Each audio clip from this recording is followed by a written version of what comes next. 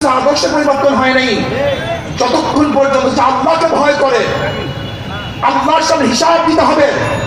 এই তাকওয়া ভিত্তিক নেতা যতদিন পর্যন্ত বাংলাদেশে নেতৃত্ব না দিবে ততদিন পর্যন্ত রক্ত দিবেন, সংগ্রাম করবেন, আন্দোলন করবেন, মুক্তি পাবেন না, আজাদি পাবেন না।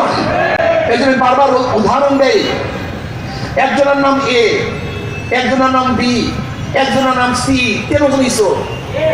এও চোর, বিও চোর, সিও চোর। ক্ষমতা এ, সে কি করবে? হটাও এ, বসাও বি, কি করবে? হটাও বি, বসাও সি, কি করবে? নেতার পরিবর্তন হয়েছে, দলের পরিবর্তন হয়েছে, নীতি ও আদর্শ পরিবর্তন হয়নি।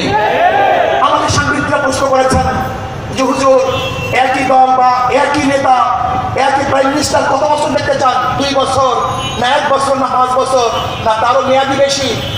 আমি বললাম, চোর যদি 1 বছর জন্য ক্ষমতা আসে সে চুরি করবে, আর আদর্শ নীতিবান মানুষ 100 বছর ক্ষমতায় থাকে সে চুরি করবে না। এখানে কয় মেয়াদি ক্ষমতায় থাকবে এটা দেখার বিষয় নয়, ক্ষমতায় কে থাকবে সেটা দেখার বিষয়। আজকে আমি জনগণকে বলবো, আসুন, জীবনবার সোনার বাংলা দেখেছেন, নতুন বাংলা দেখেছেন, সবুজ বাংলা দেখেছেন, ডিজিটাল বাংলা দেখেছেন, ইসলামের বাংলা দেখেন নাই। আজকে 92% মুসলমানদের দেশে ইসলামের বাংলা দেখতে চাই, ইসলামের জন্য আন্দোলন করতে চাই, ইসলামের জন্য সংগ্রাম করতে চাই। যে আদর্শ নীতি মহিলাদেরকে মুক্তি দেবে। আমার মা বোনরা ভয় পায়, ইসলাম আসলে মনে হয় আমাদের সবাইকে বস্তার মধ্যে ঢুকায় ফেলাইবে। ইসলাম আসলে এই কাজ করতে পারবো না।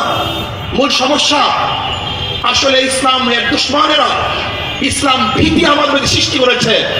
আমাকে অনেক গাঁজাখোর বলে, হুজুর ইসলাম আসলে আমার গাঁজার অবস্থাটা কি হবে? আমি গাঁজা সেবন করবো কিভাবে?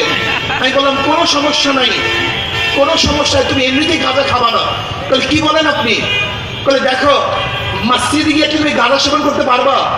না হুজুর, মসজিদে গিয়ে তো গাঁজা সেবন করতে পারবো না। আমি তো কেন? সেখানে তো গাঁজার পরিবেশ নেই।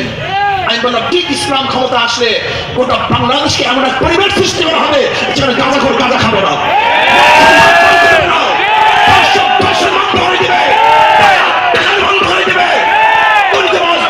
সাহস পাবে না।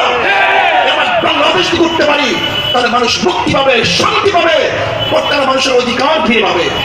এই জন্য আসুন, সোশ্যালিজমের মধ্যে মানুষের মুক্তি নাই, ক্যাপিটালিজমের মধ্যে মানুষের মুক্তি নাই, সেকুলারের মধ্যে মানুষের মুক্তি নাই, সোশ্যালিজমের মধ্যে মানুষের মুক্তি নাই, ডেমোক্রেসির মধ্যে মানুষের মুক্তি নাই। একমাত্র মানুষের মুক্তি ইসলাম। ইসলামই একমাত্র মানুষকে মুক্তি দিতে পারে।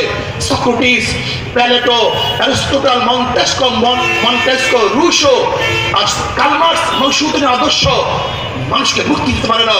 একমাত্র জনাব মুহাম্মদ রাসূলুল্লাহ সাল্লাল্লাহু আলাইহি ওয়াসাল্লাম আদর্শ বাস্তবায়নের আগে মানুষ শান্তি পাবে না, মুক্তি পাবে না।